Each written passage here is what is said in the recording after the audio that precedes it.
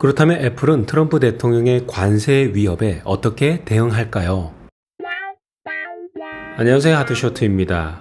애플과 트럼프 대통령 사이가 심상치 않습니다.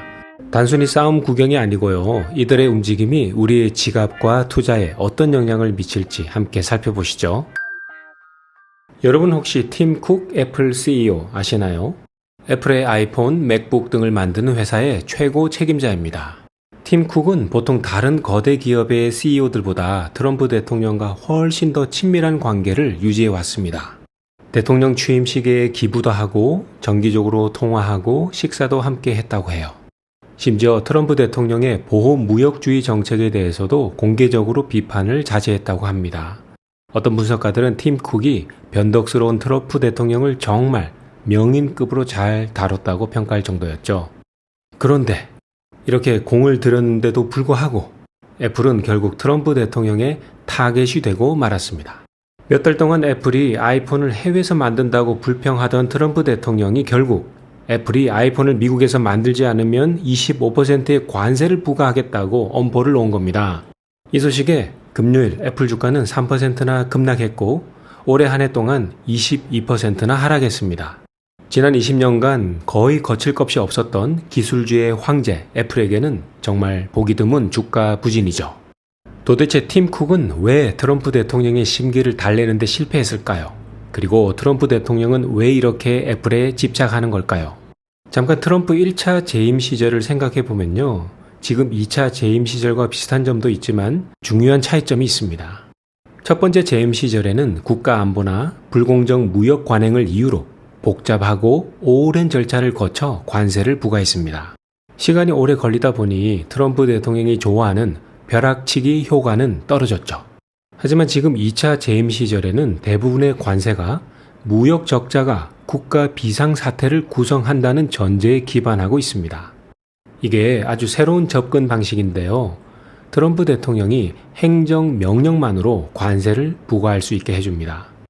몇몇 소송이 트럼프 대통령의 이런 권한에 이의를 제기하고 있지만 법원이 개입하지 않은 한 새로운 접근 방식은 트럼프 대통령이 특정 산업, 특정 기업, 심지어 아이폰과 같은 특정 제품에 집중해서 관세를 부과할 수 있게 해줍니다. 참고로 여기서 말하는 행정명령이란 대통령이 의회의 승인 없이 법적 효력을 갖는 지시를 내리는 것을 말합니다. 비상사태 시에는 대통령의 권한이 더욱 강해지기 때문에 트럼프 대통령은 국가 비상사태라는 명분을 들어 자신의 뜻대로 관세를 부과하려는 거죠. 여기서 드는 의문은 트럼프 대통령은 왜 이렇게 제조업에 집착할까? 또 왜 하필 애플일까? 사실 아무도 트럼프 대통령이 왜 그렇게 제조업에 집착하는지 정확히는 모릅니다. 모든 선진국에서 제조업은 점진적으로 쇠퇴했고 현재 미국도 경제 생산량에서 제조업이 차지하는 비중은 10%에 불과합니다. 미국 경제의 거의 80%를 차지하는 것은 서비스업이고 미래의 일자리 대부분도 이 서비스업에 있습니다. 하지만 트럼프 대통령의 전체 무역 정책은 서비스보다는 제품에만 집중하고 있습니다. 그리고 애플은 전 세계에서 가장 잘 알려진 제품 중 하나인 아이폰을 만듭니다. 이것 하나만으로도 트럼프 대통령이 아이폰에 집착하는 이유를 설명할 수 있을 겁니다. 사실 애플은 다른 IT 거대 기업들과는 좀 다릅니다. 페이스북, 구글, 아마존 같은 회사들은 주로 서비스 사업을 합니다. 해외 제조에 의존하는 부분이 거의 없죠. 하지만 애플은 주력 제품이 소프트웨어 서비스라기보다는 실제 물리적인 제품입니다. 그렇기 때문에 애플은 트럼프 대통령의 무역 정책에 더 취약할 수밖에 없는 거죠. 그렇다면 애플은 트럼프 대통령의 관세 위협에 어떻게 대응할까요? 트럼프의 요구대로 아이폰 생산을 미국으로 옮기는 일은 아마 하지 않을 겁니다. 애플은 주력 제품을 주로 중국에서 생산했고 지금은 인도나 베트남 같은 다른 나라들로 생산지를 다변화했습니다. 이는 트럼프 대통령의 무역 전쟁 목표 중 하나가 중국을 고립시키고 세계 2위 경제 대국인 중국과의 미국 무역을 영구적으로 줄이는 것이기 때문에 일리가 있습니다. 트럼프 대통령은 인도나 베트남에 대해서는 덜 적대적이니 그 나라들로부터의 수입품에 대해 중국보다 더 적은 관세를 부과할 것으로 예상할 수 있죠. 하지만 트럼프 대통령이 제품별로 관세를 부과하기 시작하면 숨을 곳은 없습니다. 그러면 애플이 25%의 관세를 피해 아이폰 생산 기지를 미국으로 옮겨야 하나요?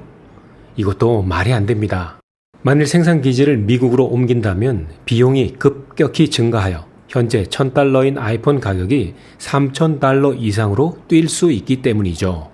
애플은 완전히 새로운 공급망을 구축하고 적절한 기술을 가진 숙련된 노동자 부족에 직면해 있는 미국 제조업 경제에서 일할 사람들을 찾아야 할 겁니다. 그렇다면 애플은 이 문제를 어떻게 해결해야 할까요? 애플에게는 크게 세 가지 옵션이 남아있는 것으로 보이는데요. 첫 번째, 25%의 관세를 그대로 떠안는 거죠. 애플은 단순히 25%의 관세를 부담하고 추가된 비용 중 얼마를 소비자에게 전가하는 방법이 있습니다. 현재 미국에서 생산되는 스마트폰은 거의 없습니다. 따라서 트럼프 대통령이 아이폰에 25%의 관세를 부과한다면 경쟁 제품에도 똑같이 적용할 가능성이 있습니다. 이를테면 삼성 갤럭시? 만약 모든 스마트폰에 25%의 관세가 붙는다면 애플은 덜 불리해질 것이고 비용의 상당 부분을 소비자에게 전가할 수 있을 겁니다. 두 번째 옵션은 새로운 딜을 협상하는 건데요. 팀 쿡은 트럼프 대통령을 만족시킬 다른 형태의 국내 투자와 관련된 딜을 여전히 추진할 수 있습니다. 참고로 애플이 지난 2월에 $5천억 규모의 대규모 국내 투자를 발표했을 때 이는 부분적으로 트럼프 대통령이 자랑할 거리를 주기 위해 이미 진행 중이던 프로젝트들을 모아서 발표한 것이었습니다. 트럼프 대통령이 때때로 자신이 공을 세울 수 있는 딜을 얻기 위한 협상 카드로 상대방을 위협하는 것이 이제는 공공연한 사실이죠. 트럼프도 물론 보통 사람은 아닙니다만 애플의 팀 쿡도 트럼프만큼 혹은 그 이상 영리한 사람이랍니다. 다음 세 번째는 애플이 법적 구제책을 모색하거나 그러한 구제책이 나타나기를 기다릴 수 있습니다. 지금도 트럼프 대통령이 관세 부과의 정당성으로 국가 비상사태를 주장하는 것에 이의를 제기하는 최소 7건의 소송이 진행 중인데요. 만약 트럼프 대통령이 아이폰에 관세를 부과한다면 이는 대통령의 국가 비상사태를 선언하는 행정명령에 따라 이루어지는 것입니다. 그런데 과연 무엇이 비상사태라는 건지 아리송하네요. 지금의 아이폰 가격이 너무 싸서요? 아니면 미중 간의 군사적 분쟁이 날 것을 대비해서? 아무튼 일부 법률 분석가들은 미국 법원이 트럼프 대통령의 관세에 대해 어떤 종류로든 명령을 내릴 가능성이 높다고 보고 있습니다. 여기서 말하는 명령은 법원이 특정 행위를 금지하거나 요구하는 공식적인 명령인데요. 대법원이 이 문제를 해결할 가능성이 있다고 합니다. 애플의 상황이 그리 좋지만은 않은 현 상황에서 투자은행 골드만삭스는 애플 주식을 긍정적으로 전망했는데요. 애플 주식에 대해 매수 등급과 목표 주가 $253를 제시했습니다. 이처럼 긍정적인 전망을 하는 이유로 골드만삭스는 애플이 다음 달에 중요한 기술 발전을 공개할 것이라고 예측하고 있습니다. 특히 6월 9일부터 13일 사이에 열릴 애플 세계 개발자 회의에서 애플이 개발자들에게 AI 모델을 제공할 것이라고 예상했는데요. 이 AI 모델들은 개발자들이 더욱 효과적인 앱을 만들 수 있도록 도와줄 것이라고 설명했습니다. 더 나아가 골드만삭스는 애플이 세계 개발자 회의에서 구글의 모 회사인 알파벳의 제미나이 AI 기술을 아이폰에 포함할 것이라고 예측했습니다. 참고로 제미나이라는 인공지능은 우리가 잘 아는 챗 GPT 같은 인공지능으로 이해하면 됩니다. 아이폰에 이런 강력한 AI 기술이 탑재된다면 아이폰의 사용자 경험이 한 차원 더 높아지겠죠. 결론적으로 골드만삭스는 애플이 AI 기술을 적극적으로 도입하고 발전시키면서 미래 성장 동력을 확보할 것이라고 보고 있습니다. 그러면 투자자로서 애플 주식 앞으로 어떻게 될까요? 단기적으로는 트럼프 대통령의 관세의 위협이 애플 주가에 부정적인 영향을 미칠 수 있습니다. 특히 관세가 실제로 부과된다면 애플의 수익성에 타격을 주거나 아이폰 가격 인상으로 인한 판매량 감소 우려가 생길 수 있습니다. 물론 애플이 법적 대응을 통해 시간을 벌거나 또는 새로운 딜을 통해 트럼프 대통령을 설득할 수 있다면 단기적인 하락세는 제한적일 것입니다. 하지만 장기적으로 보자면 애플의 주가 전망은 여전히 긍정적으로 보입니다. AI 기술을 아이폰에 본격적으로 도입하고 제미나이와 같은 최첨단 기술을 활용한다면 아이폰의 경쟁력은 더욱 강화될 것입니다. 이외에도 강력한 브랜드 충성도, 방대한 생태계, 그리고 지속적인 혁신 능력은 장기적인 성장을 뒷받침할 것입니다. 물론 이러한 전망은 어디까지나 참고용입니다. 투자의 책임은 본인에게 있다는 점 다시 한번 강조드립니다. 오늘 우리는 애플과 트럼프 대통령의 흥미로운 대결, 그리고 애플의 미래 성장 동력에 대해 이야기해봤습니다.